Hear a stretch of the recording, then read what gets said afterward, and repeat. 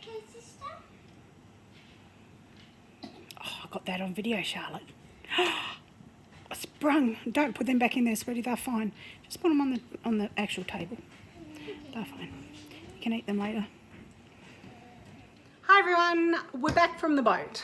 So that means back to normal daily chores, doing the washing, doing the drying, doing the cooking, making the coffees.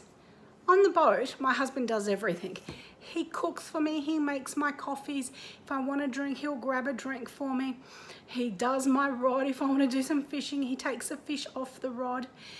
We actually caught a crayfish. I don't know if you've seen it already or you'll see it shortly. A crayfish and some flathead, which was really nice. We boiled the crayfish, obviously, and we ate that. And my goodness, that was delicious. Our first ever crayfish that we have ever caught on our boat, or ever, because we didn't have a boat to take pots out before. We've had boats, but not one big enough. So this one used to be a cray boat, so it knows what it's doing. It's teaching us.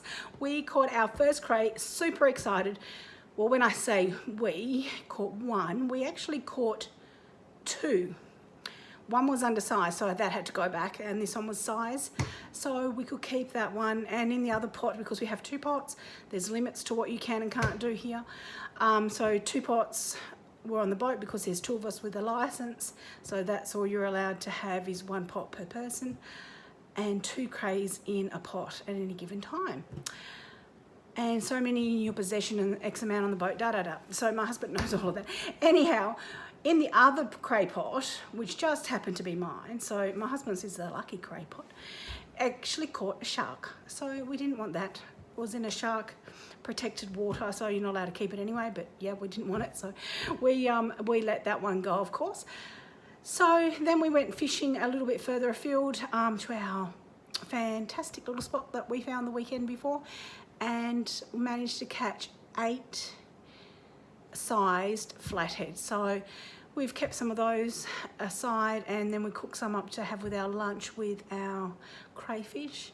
When I say we, I mean my husband. He did a fantastic job. It was absolutely delicious. Loved it.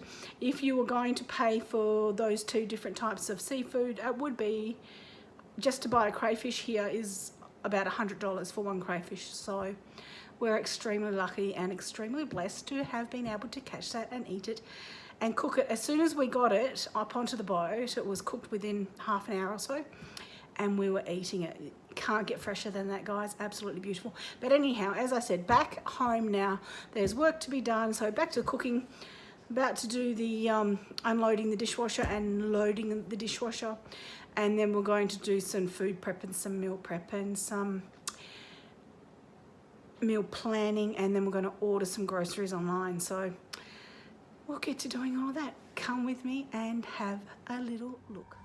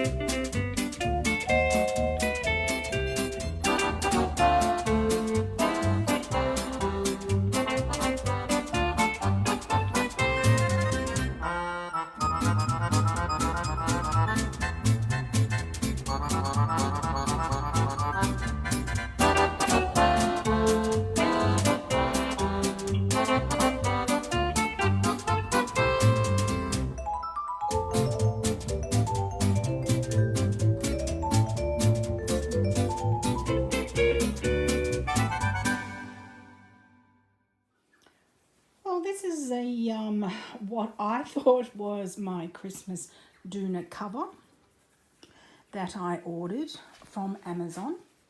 It turns out it's a quilt, which is absolutely fine. But so when you get your shopping home from Amazon and you go to put it on your bed, because you think it is one thing and it turns out to be another, it's not always a bad thing. Anyhow, guys, that is my Christmas cover for my bed for this year. Onwards to the kitchen to do a few more things. Don't you just hate it when you're trying to get your washing done and the washing machine keeps beeping? You don't know what on earth is wrong. It's giving you a signal number or some sort of code. I have no idea what that code is. So it just keeps going beep, beep, beep, or whatnot. You'll probably hear it in a minute. That sounds nothing like it, but you might hear it in a minute. Anyhow, what do you think of my Christmas cat? And my earrings, Christmas earrings, do you like them? I once used to wear hats quite often, and I loved hats. When I was at school, I had to wear hats. I went to a private all-girls school. Hats, gloves and blazers were mandatory. So I guess that's probably why when I saw this I thought, might give that a try. Not sure that I like it on my head. But like, can you hear that? That's the noise that my washing machine keeps making. How frustrating. I have cleaners arriving in about 45 minutes, trying to finish my washing before they get here so they've got a clear run of everything, because I'm just so far behind. It's not funny. Anyhow, I've got to do cookies either today or tomorrow. Today is Wednesday. To say today being Wednesday or tomorrow being Thursday, I've got to do my Christmas cookies because I have Charlotte coming up, my granddaughter, coming up with her mum and her little sister, who will try and get Ariella to do something, but she's only 8 months old, so that might be fun. Anyhow, Charlotte's going to be decorating the Christmas cookies, something I like to do with her every year. So we're doing that on Friday, and you'll certainly be coming along with us for that. Stay by, watch out, and you get to see us doing our cookies. Don't know if I'll be wearing this hat or not, but we'll see. Charlotte might wear it. That might be a good idea. Hi guys, welcome back to my channel, Lady of Huntington. I'm just about to start making my cookies, some sugar cookies, and Charlotte will be up here soon in about 2 hours, and then we're going to start decorating. So I best get a wriggle on. But this is the recipe that I'm using. If you're interested in what it is, I will type it out and have it put down in the description box. But anyhow, let's get on with making these cookies. I thought I should first explain to you what this little device is here, which is located on the top of my KitchenAid. It's a KitchenAid, it's a sieve. It's a measurement and it's actually got scales in there. So all I'm going to do is pop my sugar and whatnot in here. It will measure it out for me. Then I turn this little lever over here, which pops, you can see that little thing there that pops it up this way, and it allows the ingredients then to go through and get sieved and then pops it into the bowl. So I thought I would get questions about this, so that's exactly what that is. So let's continue on. Okay, so let's get started with making our sugar cookies. So in here we're going to pop in to our bowl 2.5 cups of butter at room temperature. We're also going to add in our 2 cups of sugar. We're going to beat those together until they're combined, but we're not going to overbeat them because we don't want these cookies to be overly aerated. So once the sugar and the butter are all combined together, we're going to add in our 2 large eggs.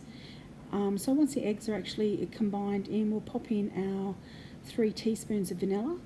Also, we're going to add into there our 5 cups of flour, which is just plain flour, 1 teaspoon of baking powder and 1 teaspoon of salt. You'll see that that gets incorporated and it's all nice and ready to go. It comes out there already sieved, so easy peasy, so simple. I thought I should just show you. This is where our cookie dough has gone. It is just in here. Just needs to sit there for a little bit. Yeah. Hello, little miss.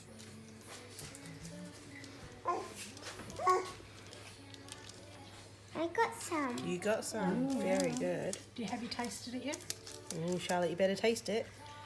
I did. It's very yummy. Good. What do you think? Good. Good. Look at your pretty hair.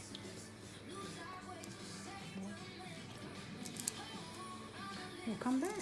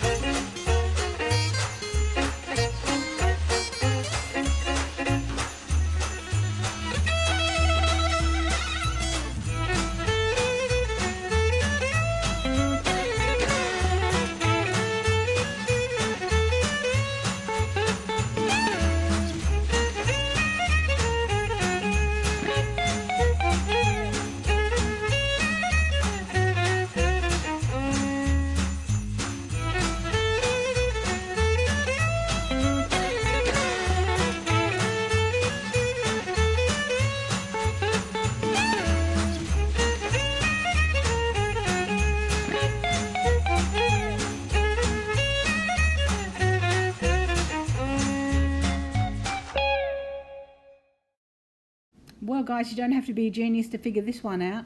What is my favourite item for this video? It is spending quality time with my family. I hope you've all had a wonderful time watching this, and I hope you have a wonderful Christmas and a sensational New Year. Merry Christmas, everyone.